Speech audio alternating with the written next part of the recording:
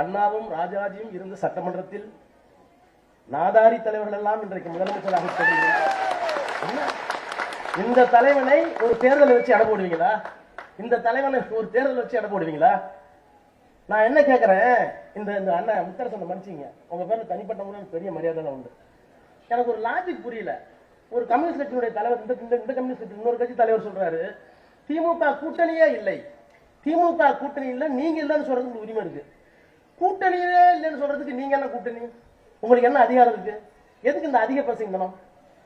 எங்க கூட்டணியில என்ன இருக்கு? 60 இயக்கங்கள் இருக்கு. ஆதரவு கொடுத்த இயக்கங்களே எக்கச்சக்கமா இருக்கு. தினமும் வந்து தலைவரை பார்த்துட்டு போறாங்க. நேற்றைக்கு சென்னையில இருந்து வந்தோம். மீண்டும் வருவோம் தலைவா. இது கட்சிக்காரங்க.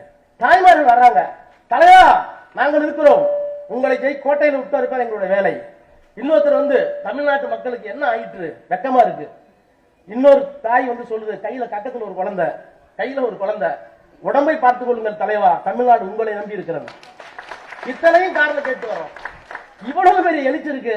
நான் பேசினா பால் திட்டுவாரு, அதிகபட்சம் மன்னிச்சிருங்க. நான் கேட்கிறேன், தயவு பண்ணி சொல்றேன், இன்னொரு பொதுக்குழு யாராவது போடுறாராம், நாங்கள் கூட்டணி இருக்கிறோமா இல்லையா என்பதை அப்படியே ஜனத்திரள் சமுதாயத்து பெரிய அப்படியே போனா அப்படியே 1 லட்சம் பேர் கூடுறாங்களா? மொத்த கட்சியுமே கலைஞர் கோட்டம் கொள்ள இருக்கு. மொத்த கட்சி அவ்வளவுதான் இருக்கும். அவர் வந்து சொல்றாரு, நாங்கள் முடிவு செய்ய போகிறோம். என்ன செய்ய போகிறீர்கள்? தயவு பண்ணி அறிவிங்க, கூட்டணி இனிமேல் யாரோடும் இல்லை, திமுக தனித்து அறிவிங்க கேட்கிறேன். 236 இது பாலத்து திட்டம் சொல்லிட்டோம். இல்லைங்க, தமிழ்நாட்டை காப்பாற்றணும் வழி இல்லை. யாரை நம்பி நாம் இல்லை. பெரியார், அண்ணா, கலைஞர் அத்தனை மொத்த உருவத்தில் உங்களில் பார்க்கிறோம். வழிநடத்துங்கள்.